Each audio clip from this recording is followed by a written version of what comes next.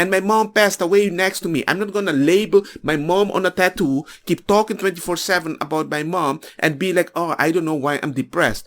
Hey guys, what's up? It's me again. I got another video. It's about the ancestors of us, the black people, that they have already done enough sacrifice. But hey, let's watch the video. But remember to like, comment, hit the subscribe button and the bell. And let's start with the video. Because he lived in his true skin. Through and through. Right. He was in different together. Through and through. Yeah. But you know what? I lived in my true skin because I was a team guy. Like, believe it or not, I played football growing up. I played baseball growing up. I played basketball. I played all these sports. So I was nurtured into, you can't do it without them. What you trying to accomplish with this move you making right now, this transition that you're in? My biggest move right now is trying to change as many minds that look like us back into the Afrocentric mindset opposed to the Eurocentric mindset. We're so trained and it's so embedded to have that Eurocentric mindset that worry about myself, worry about me, worry about mine. I'm not going to help nobody else who look like me build up when everybody else do it but us. Yeah. When you made over $100 million in your career, right? Is 105 going to change? 110 going to change your lifestyle? Nope. Realistically. You know how many people you can change lifestyle with $10 million in our hood? In our communities? We were in the lockout. We were in not the lockout, but we were in the bubble. George Floyd happened. That's right. We stopped playing. We're in there. We're gonna ask the owners for it. We're gonna ask the owners for it. Stop asking them for What are we asking them for? I went down the line. No bullshit. You can show. You can ask these dudes if not. I got Paul George sitting right here. I got DeMar DeRozan sitting right here. I got Russell Westbrook sitting right here. I'm literally sitting next to all of these dudes who are LA guys. I'm like, bro, I'm not counting your chips, but everybody else is. So you make 200, you make 200, you make 175, you make 150, you make 180. Why don't y'all have your own gym? Why we gotta go to UCLA to work out in LA every time? Yeah.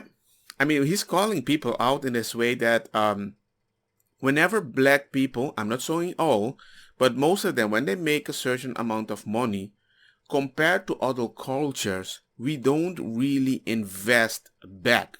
We don't have a culture that supports each other because we know how gangster it can be, especially the type of people that you're going to save.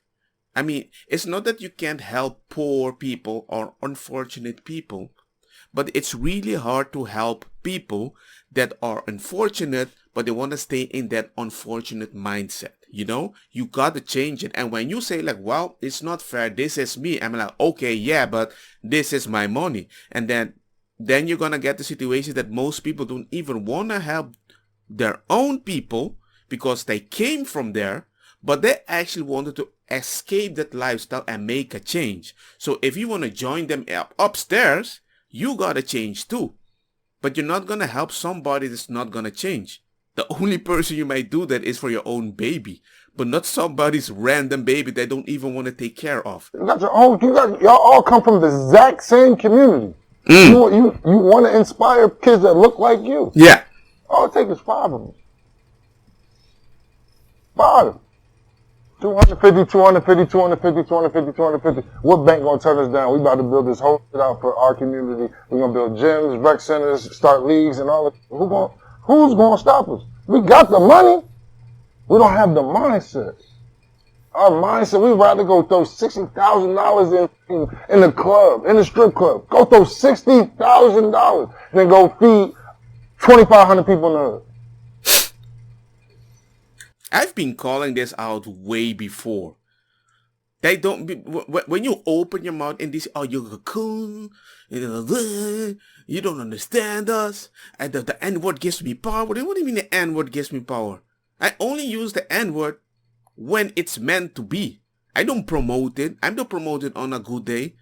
I just when a block lands on my feet by somebody's fault. Oh, Jay, what the then I might say something that I'm not supposed to say. It doesn't give me power, but if somebody used the N-word to make me feel bad, I don't care. But certain people wants to have this weird mindset. And I don't want to be part of it. And he's right. They could just build a gym, help people. They throw it away. I don't know, buy shoes. I don't know.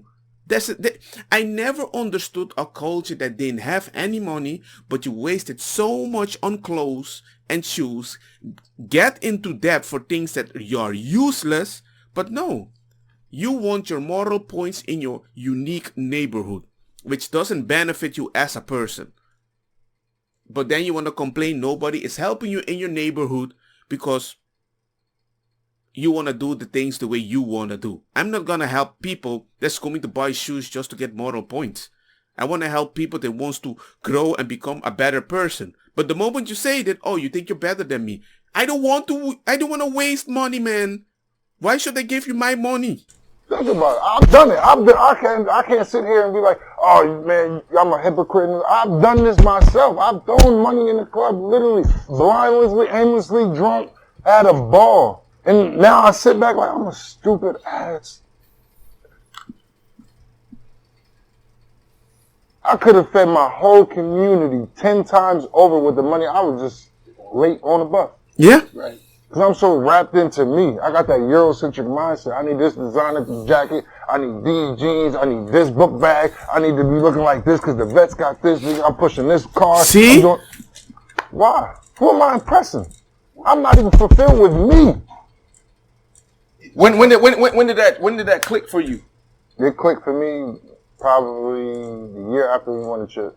The year after we won the chip, I felt like I had everything, and I still wasn't whole with me because I knew there was something missing.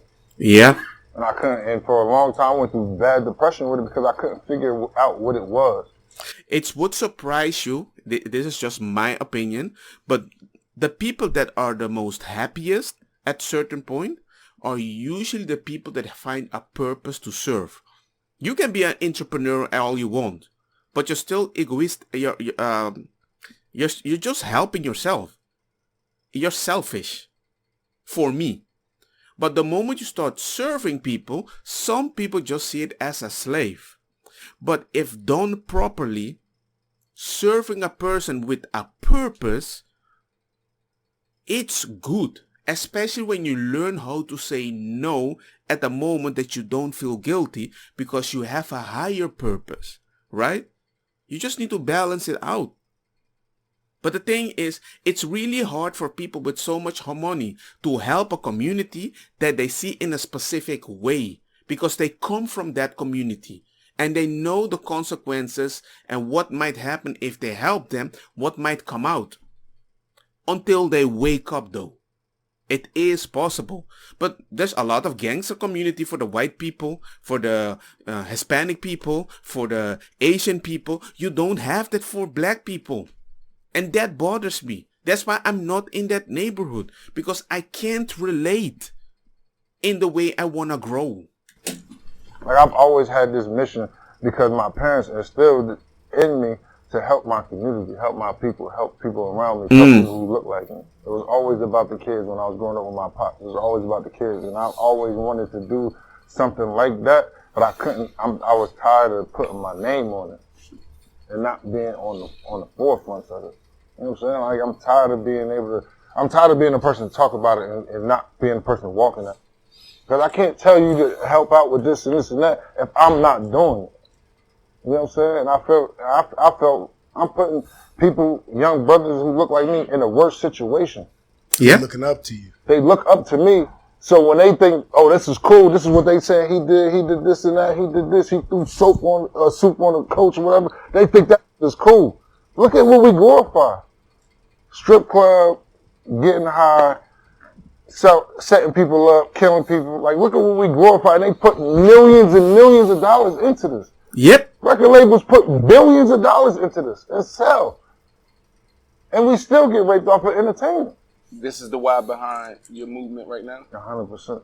But for me, ever since like I was a kid, I've always had this mission of like helping. Cause my pop, again, my grandfather did construction, my pop did construction, all my uncles, they all worked together. So I got used to being able to see community.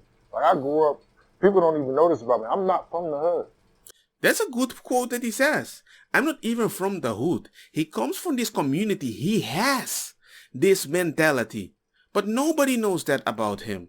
Construction worker, blue collar, rare. Nobody knows that. But everybody glorifies the way he was at the strip club and bada bing, bada boom. I hated the strip club. I hated people getting drunk, talking, walking in a weird way. I'm sorry, I hate the N-word.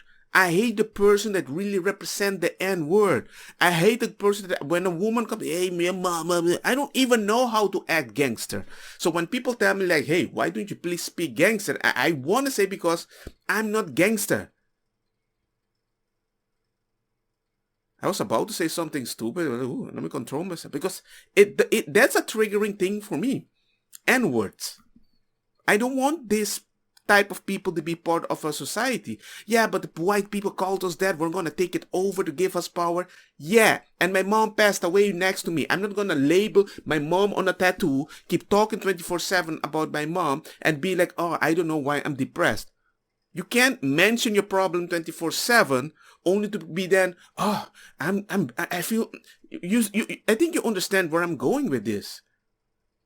And the fact that people keep promoting this stuff for black people so they can earn money, cool, give them power. But that's also the power that you're showing the community what's important.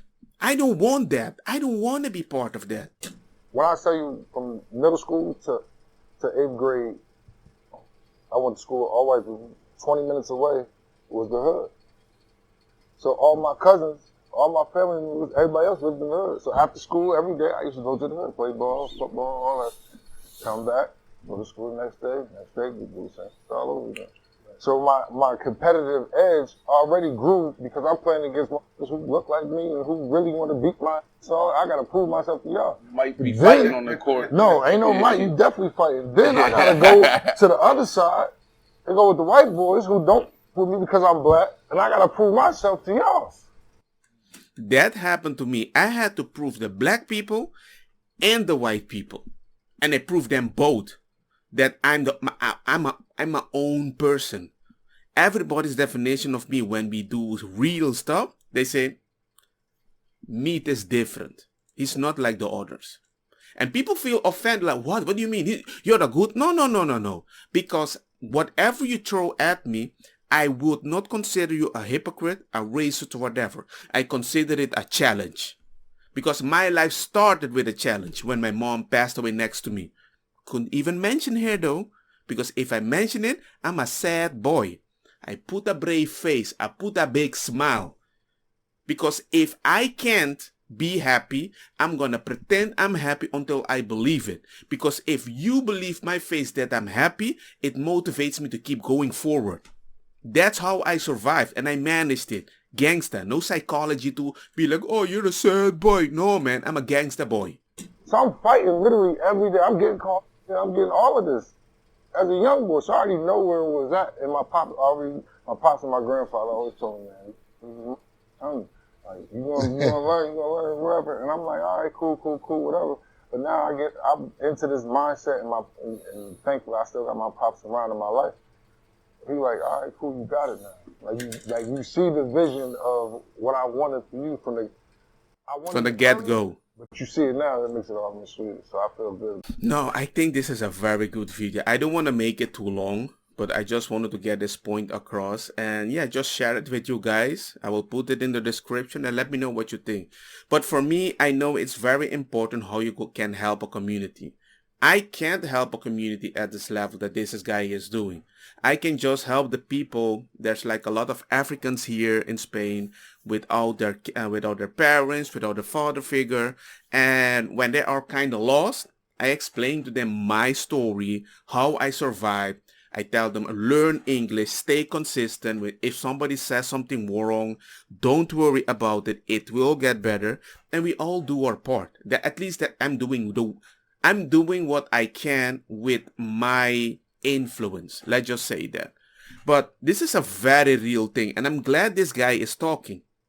And I find it weird that I never find this topic unless I find weird conservative people talking and be like, hey, I got a real video. I found this from Tatum, Officer Tatum. Cool. But the media is not going to talk about it because it goes against the narrative of the black people, what they need. This is a very positive message. A guy that tries to be black, he did his basketball thing, but at the same time, because he was going there, not because of his family, he started promoting this lifestyle and everything when he had so much money. He could have helped the community in a way better way, but instead of doing that, he reinforced the way the community thinks of themselves. That's dangerous. Anyway, let me know what you guys think about the situation. I already explained what I'm thinking. Remember to like, share, bada bing, bada boom, and hey, see you guys next time. Peace. Don't get me wrong, makosa kita bong. Put the fire na mi blonde, kush, hash, purple, skunk, criollo, colombici, jam, jam. Turlo, keta, verdetta, welcome. Den bieden me a tu initiativa.